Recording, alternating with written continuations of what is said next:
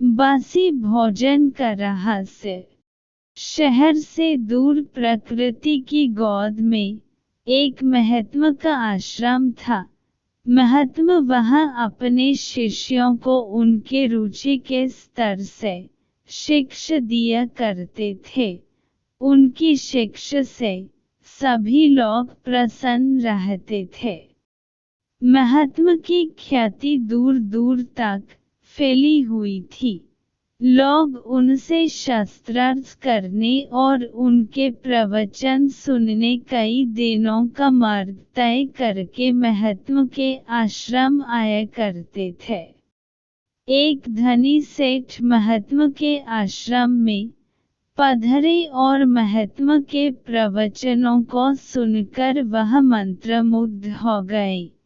प्रवचन इतने हृदयस्पर्शी थे कि सेठ महात्मा के वचनों को बड़े ही तल्लीनता और एकाग्रता से सुन रहे थे। जब प्रवचन समाप्त हुआ तो सेठ ने महात्मा को अपने घर भोजन का न्योता दिया। महात्मा ने काफी अनुनय विनय के बाद सेठ का निवेदन स्वीकार किया, किंतु महात्मा के अनुयायियों ने सेठ को स्पष्ट बता दिया कि महात्मा केवल ताजा भोजन करते हैं, अतः महात्मा के लिए ताजा भोजन का ही प्रबंध किया जाए। तय समय पर महात्मा अपने अनुयायियों के साथ सेठ के घर अतिथि रूप में उपस्थित हुए। सेठ ने महात्मा से बताया उनके पूर्वज उनके लिए इतना धन संपत्ति छोड़ गए हैं कि किसी को और को कमाने अथवा श्रम करने की कोई आवश्यकता नहीं। बैठे बैठे 7 पुश्तें खा सकती हैं, फिर भी धन की कोई कमी नहीं होगी। महात्मा बात सुनते रहे। भोजन का समय हुआ। महात्मा के समक्ष अनेकों प्रकार के भोजन उपस्थित किए गए।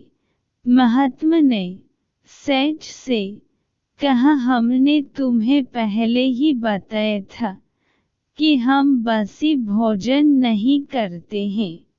सेठ आश्चर्यचकित रह गया और कहा, महात्मा इन व्यंजनों के लिए कई घंटों की मेहनत लगी है, तब जाकर यह व्यंजन तैयार हुए हैं। यह ताजे व्यंजन है। महात्मा ने कहा, यह व्यंजन ताजे तब होते जब तुम्हारे द्वारा कमाए गए धन से बने होते।